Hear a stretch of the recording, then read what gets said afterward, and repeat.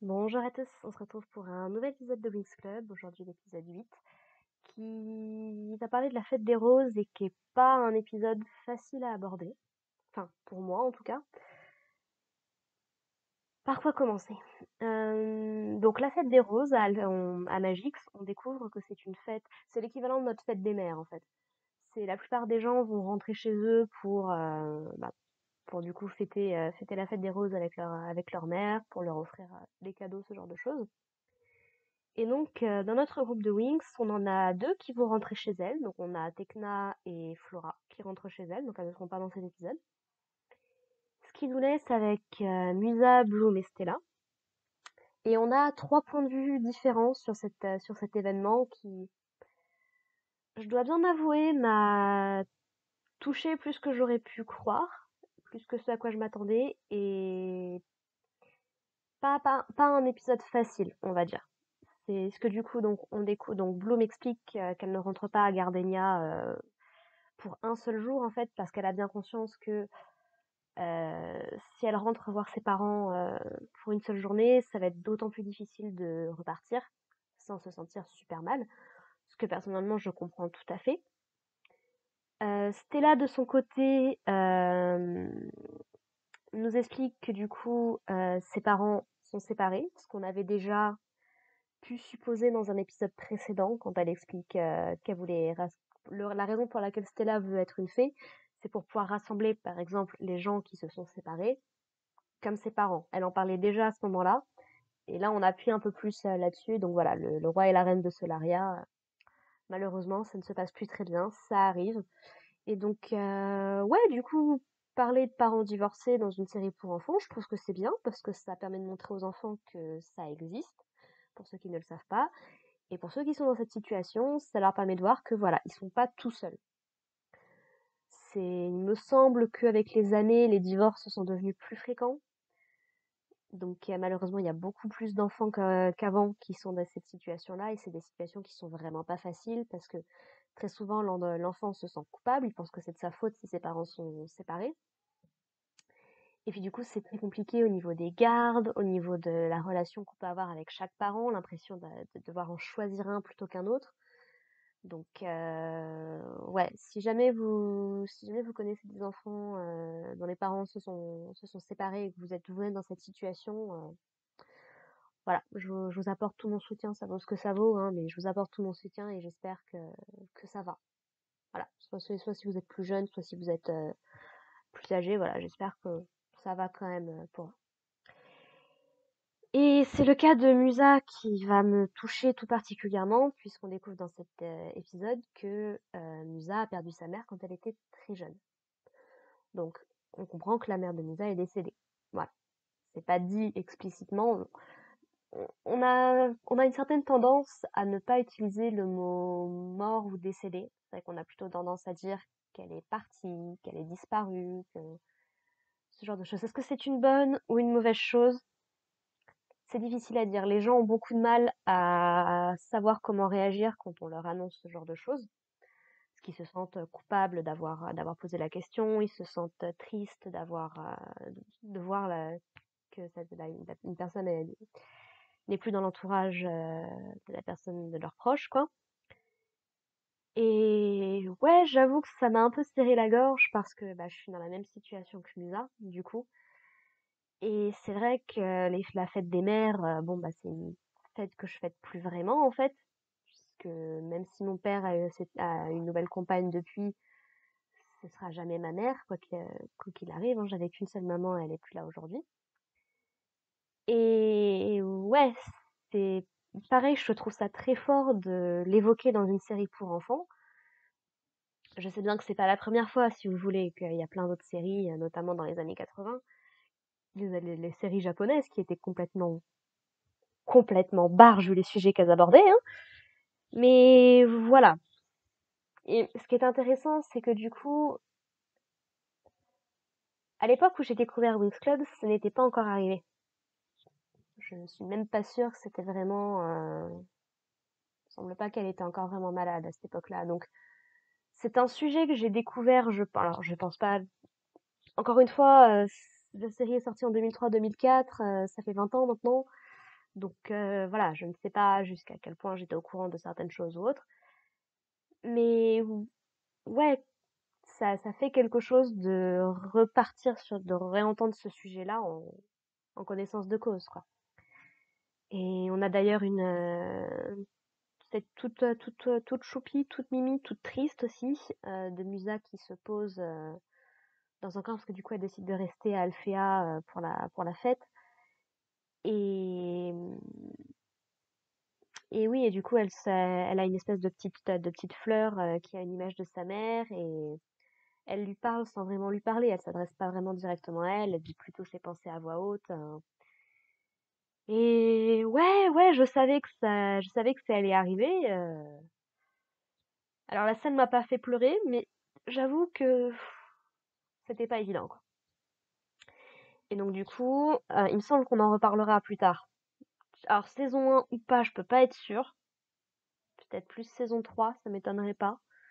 Mais voilà, ça fait partie des sujets, voilà. Autant vous voyez dans My Little Pony par exemple, c'est pareil, un des personnages principaux a perdu ses parents, Applejack, mais jusqu'à la saison 7, je crois, c'est jamais confirmé. On comprend, les, fa- les fans ont eu les théories selon lesquelles les parents d'Applejack ne sont plus là, puisqu'on les voit jamais dans la série et qu'il y a des petites symboliques par-ci par-là de temps en temps, mais jusqu'à ce fameux épisode de la saison 7, on n'était pas sûr. Peut-être même, peut-être même avant. Peut-être même avant. Peut-être, bref. Voilà, ça fait partie.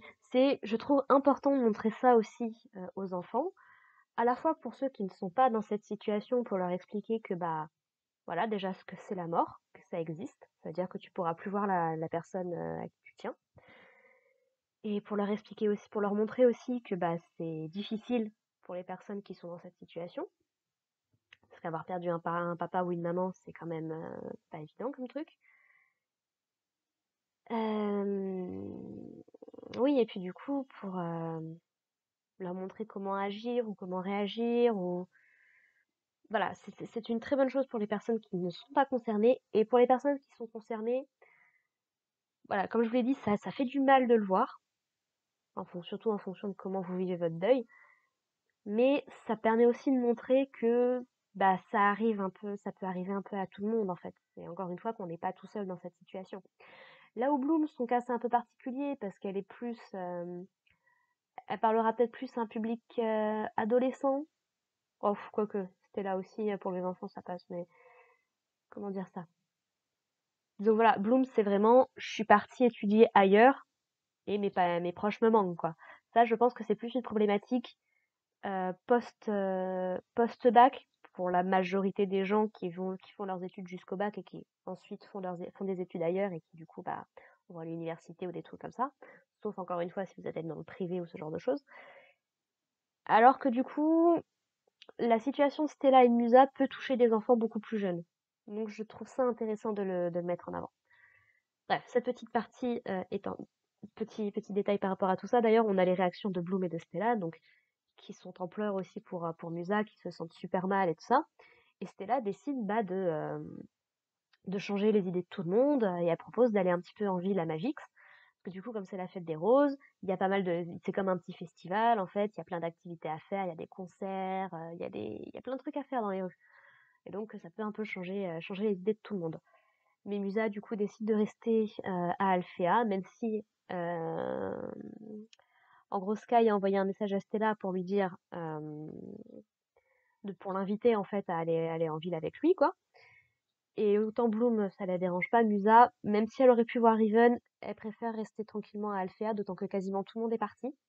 On voit notamment le professeur Wilgis, qui est aussi, je trouve ça très intéressant pour une série pour enfants, encore une fois, que du coup le professeur Wilgis dit bah oui, j'ai encore le droit d'avoir une maman aussi, quoi. Et effectivement, c'est vrai que quand on est enfant, quand on est plus jeune, on a du mal à s'imaginer nos parents ou les adultes en général comme des vraies personnes, si on veut dire. C'est peut-être un petit peu psychologie de comptoir, mais on... l'adulte a une place particulière dans la vie de l'enfant et donc on a du mal à s'imaginer qu'il puisse vivre ou avoir vécu des choses qu'on expérimente nous. C'est aussi pour ça que l'adolescence, c'est une période très compliquée parce que bah, les adolescents essayent de devenir plus indépendants.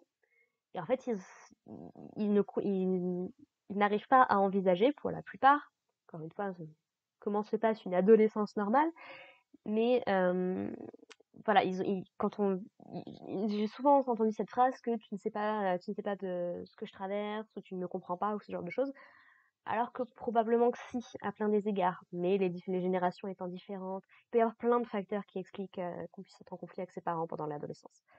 Donc voilà, c'est intéressant du coup de montrer bah, que les adultes aussi ont une vie un peu plus normale et que voilà, faut respecter ça. Donc voilà, je trouve ça très intéressant.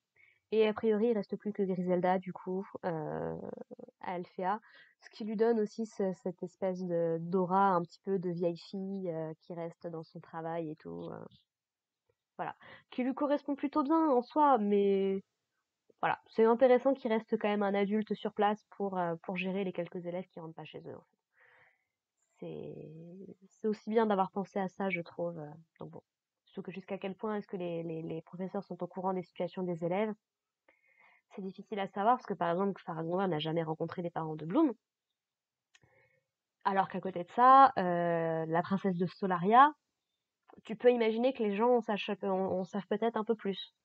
Bon, après, vous me direz, personne ne savait qui était la princesse Callisto, donc, mais Callisto, ça a l'air d'être un truc un peu particulier, donc voilà.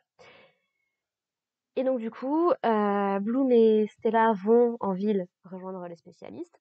Alors on nous explique que Timmy du coup est rentré chez lui, pendant que du coup Riven, Sky et Brandon sont restés là. Ils se sont inscrits à une petite course de moto. Et du coup, voilà, on sent que Riven, bon, c'est pas trop son truc. Alors, je ne crois pas que sa backstory soit réellement développée. Il ne semble pas qu'on en apprenne beaucoup plus sur lui dans la série. Mais voilà, on sent que Riven, il est plutôt solitaire dans l'âme, qu'il est plutôt... Ah, toutes ces effusions de bons sentiments et tout, c'est pas quelque chose avec lequel il est à l'aise. Alors je ne m'aventurerai pas à faire des suppositions sur son passé, sur sa vie, sur quoi que ce soit. Euh, Sky et Brandon sont les deux plus développés, je pense, du groupe. Timmy, c'est pareil, de mémoire, il me semble pas qu'on apprend grand-chose sur lui non plus. Mais voilà, et en fait, du coup, bah, il est tellement agacé par tout ce qui se passe qu'il propose un pari. En fait, c'est surtout que il se prend, comment dire ça? Il est sûr de lui. Du coup, il est sûr de remporter la victoire. Et comme à son habitude, il taquine un petit peu ses copains, les autres spécialistes, et bon, bah, ça s'envenime très vite. Du coup, il dit, bah écoutez, je vous fais un pari, si j'arrive à gagner, vu que vous avez quelqu'un et que moi j'ai personne. Voilà, je crois que c'est Sky, je peux me tromper, mais je crois que c'est Sky qui lui lance que euh, eux, ils ont un public et que lui n'a personne en fait pour l'accompagner. C'est comme ça qu'il lance le défi. Du coup, de s'il gagne, de récupérer une des deux, soit Bloom, soit Stella, pour qu'elle l'accompagne, parce que je crois qu'ils vont au concert après le soir, pour l'accompagner au concert, pour être sa partenaire en fait. Et du coup, vu que Sky arrête pas de le provoquer, bah du coup, il décide de se rabattre sur Bloom. Et donc, s'il gagne la course, c'est Bloom qui viendra avec lui. Et ce que j'aime bien, c'est que Bloom, du coup, ne se laisse pas faire. Encore une fois, elle aime pas être traitée comme un objet, comme un prix, ce que sont souvent les filles dans ce genre de situation. Et ouais, elle se défend, elle dit qu'elle est pas intéressée. Riven, il essaie de la provoquer un petit peu en disant qu'elle lui plaît, ce genre de choses et ça. Et elle finit par lui balancer de l'eau dessus pour le calmer. Forcément, Riven s'énerve et part de son côté. Et ouais, on sent qu'il n'a pas la vie facile. Alors, c'est pas le personnage le plus sympathique du monde, hein, c'est sûr, mais encore une fois, généralement, sous ce genre de comportement, il y a d'autres trucs qui se cachent. Donc, si vous voyez une personne comme ça, moi, ce que je vous recommande, c'est d'essayer de comprendre, d'essayer de les écouter, sans jugement, sans ce genre de choses. Une vraie écoute, en fait, juste d'écouter ce que la personne a à vous dire. Vous n'êtes pas là pour juger si elle a raison ou non. Et d'essayer de voir si vous pouvez pas faire quelque chose pour lui, cette personne-là de votre côté. Ça tourne beaucoup en, en conseil psychologique, cette vidéo, mais je sais pas, je trouve que c'est l'épisode qui s'y prête plus que le reste, donc ouais. Donc, en attendant, du coup, on a Bloom qui a des rêves et des hallucinations un peu bizarres qui lui arrivent. En fait, depuis qu'elles sont allées à la Tour Nuage et qu'elle a eu cette expérience un peu bizarre, avec cette voix, avec ce livre et tout, elle commence à avoir des rêves, à voir une personne, en fait. Et encore une fois, le thème de ce personnage, je crois en tout cas que c'est le thème de ce personnage, je l'adore. Il a un côté mystérieux, un peu triste, un petit peu... Ah, je cherche un mot. Un petit peu éthéré, un petit peu mystique, que j'aime beaucoup. Et du coup, voilà, c'est une personne donc tout en jaune brillant qui lui dit de venir avec elle, de se souvenir. Ce que bah, Bloom, pour l'instant, elle sait pas ce que la personne veut exactement. Et elle va la revoir notamment à Magix pendant qu'elle observe une danseuse un petit peu. Donc voilà, on commence à appuyer un peu plus sur tout ce qui entoure Bloom. Donc c'est cool, on arrive sur la fin du premier tiers de la série, enfin de la saison 1 du coup. Et donc voilà, on va voir comment c'est développé sur le reste de la saison. Et pour finir, du coup, ce ne serait pas un bon épisode des Weeks si on n'avait pas les Trix pour venir foutre le bordel, puisque du coup elles se sont fait enguirlander par Madame Griffin suite à la lettre de Faragonda, sur le fait qu'elles étaient venues aller à Alphea sans permission et qu'elles avaient en plus attaqué des étudiants. Bon voilà. Et mais du coup, Griffin, elle est pas contre ce qu'elles ont fait, mais plus sur le fait qu'elles se soient fait prendre en fait, globalement. Mais elle dit quand même que elle respecte et elle estime Faragonda, donc voilà, encore une fois, je serais très curieuse d'avoir plus de détails sur qu'est-ce qui se passe entre les trois écoles. Et Madame Griffin dit quelque chose de très intéressant. Elle dit en fait, elle veut que les Trix sabotent la fête des roses pour que les fées et les spécialistes finissent par se détester. Parce qu'elle explique que bah il y a une alliance qui est en train de se créer entre les deux et que ça pourrait faire déconner la balance. Et à ce niveau-là, je suis plutôt d'accord avec elle. C'est autant on serait sur une situation à quatre intervenants, tu peux faire une alliance de deux sans que ça déséquilibre de trop. Quand tu commences à faire du 2 contre 1, je peux comprendre que l'entité qui se retrouve toute seule, ça la dérange un petit peu parce qu'il pourrait se passer n'importe quoi du côté de la Fontaine Rouge et de Alphéa, genre un changement de direction ou va savoir quoi. Et ça pourrait être très très compliqué pour la Tour Nuage du coup. Donc pour le coup, je suis assez d'accord avec Madame Griffin. Pas sur le fait qu'il faut forcément attaquer, faire du mal et des machins comme ça, mais sur le principe, je comprends. Je comprends. Et donc du coup, bah, les Trix vont se rendre à Magix pour causer des problèmes. Et elles ont bien remarqué que Riven, du coup, s'est éloigné du groupe. Et donc, elles décident de se servir de lui, en fait. Elle transforme, en fait, Nut en Timmy, soyons très honnêtes. Et en fait, il va aller parler à Bloom. Il va dire, bah écoute, moi j'avais conçu ce casque pour Riven, machin, machin, je voulais lui donner, mais écoute, j'ai entendu que c'était compliqué. Donc je te le donne, tu vas lui donner encore un signe de réconciliation, et puis comme ça, voilà, tout se passera bien. Ce que fait Bloom, du coup, elle donne le casque à Riven. Riven, qui est pas le plus doué non plus pour dire merci. On va dire ça comme ça, on va être gentil. Et du coup, voilà. À ce niveau-là, c'est plus ou moins réglé. Elle lui souhaite bonne chance. Et bon, il y a un plan très très rapide où on voit que Riven, il est touché un petit peu par ce qu'a fait Bloom, tu vois. Elle s'est quand même excusée, elle lui a offert quelque chose. Bon, voilà. Soyons très honnêtes, et je crois que c'était déjà le cas quand j'étais plus jeune. Franchement, je n'ai absolument rien contre les gens qui shippent Bloom avec Riven, hein. Vraiment pas. Ils ont une bonne dynamique qui peut être très très intéressant. Le principe enemy to lover, donc une relation qui part de personnes qui sont ennemies et qui deviennent amoureux avec le temps. Il peut y avoir des trucs très sympathiques à faire avec ce genre de relation. Et ouais, Bloom et Riven, il y aurait quelque chose d'assez. En fait, c'est ça qui a donné après naissance à tous les trucs genre Twilight et compagnie, quoi. Le bad boy qui fait des trucs terribles, mais la fille qui l'aime quand même. Ça m'étonnerait pas qu'il y ait eu une influence plus ou moins directe là-dessus. Mais voilà, pour l'instant, elle est avec Brandon, elle a bien, enfin, elle est pas vraiment avec, mais elle aimerait bien et c'est clairement montré, donc voilà. Et puis Riven, on a vu qu'il était pas non plus totalement insensible à Musa. Et on découvre un truc dans cet épisode-là, qui avait déjà été vite fait, suggéré dans l'épisode dernier, je crois, me semble-t-il, que bah du coup, il y a une autre personne qui s'intéresse à Riven, et c'est Darcy. Voilà, et elle manque pas de se faire chambrer par ici et Darcy, et Stormy d'ailleurs.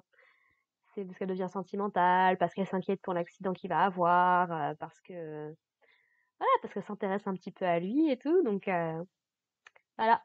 Triangle amoureux, quadrilatère amoureux, si on rajoute Bloom dans tout ça. Donc voilà. Si vous aimez pas ça, écoutez, bon bah essayez de passer outre. Moi, ça me dérange pas plus que ça. Je trouve ça rigolo, je trouve ça amusant de voir comment les relations se développent et tout. Donc voilà. Donc du coup, la course commence. Riven, pour le coup, Riven se débrouille plutôt pas mal. Alors, c'est difficile à savoir si c'est grâce à son casque ou si c'est ses vraies compétences. C'est vrai que c'est toujours parce qu'on n'a pas vu Riven forcément être une meilleure que les autres jusqu'ici. On a vu il est tout aussi mauvais que ses camarades, on va dire. Donc voilà. Mais du coup, ça peut être intéressant de montrer qu'il a, ça peut expliquer, ça pourrait expliquer en tout cas un complexe d'infériorité, par exemple, qui se sent pas forcément à la hauteur, ou un complexe de supériorité, à l'inverse.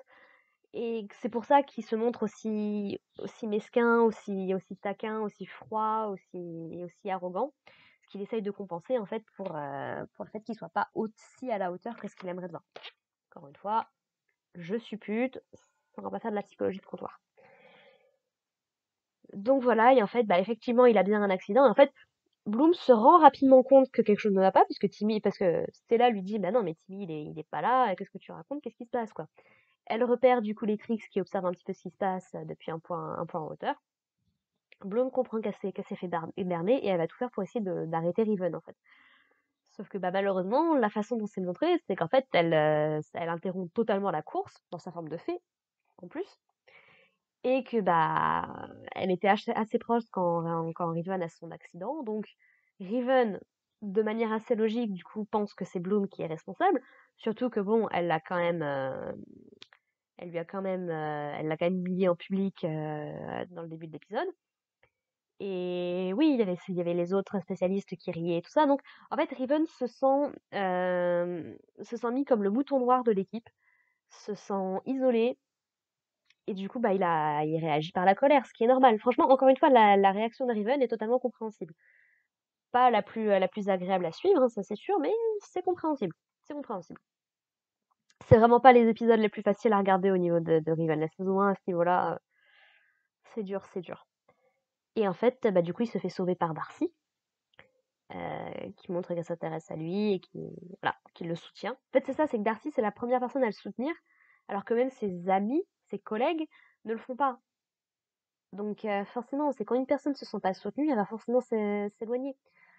Je veux dire, quand quelqu'un que vous connaissez vous dit qu'on l'écoute jamais ou ce genre de choses, encore une fois, je ne peux pas juger de la situation, chaque situation est différente, est unique, mais il faut savoir entendre ce que la personne en face de vous vous dit. Vous pouvez ne pas être d'accord, mais essayez de comprendre pourquoi la personne se sent comme ça et essayez de voir si vous pouvez pas faire quelque chose, vous, sans vous compromettre, encore une fois. L'idée n'est pas que vous vous fassiez du mal pour une autre personne, mais voilà, d'essayer de trouver un compromis ou quelque chose.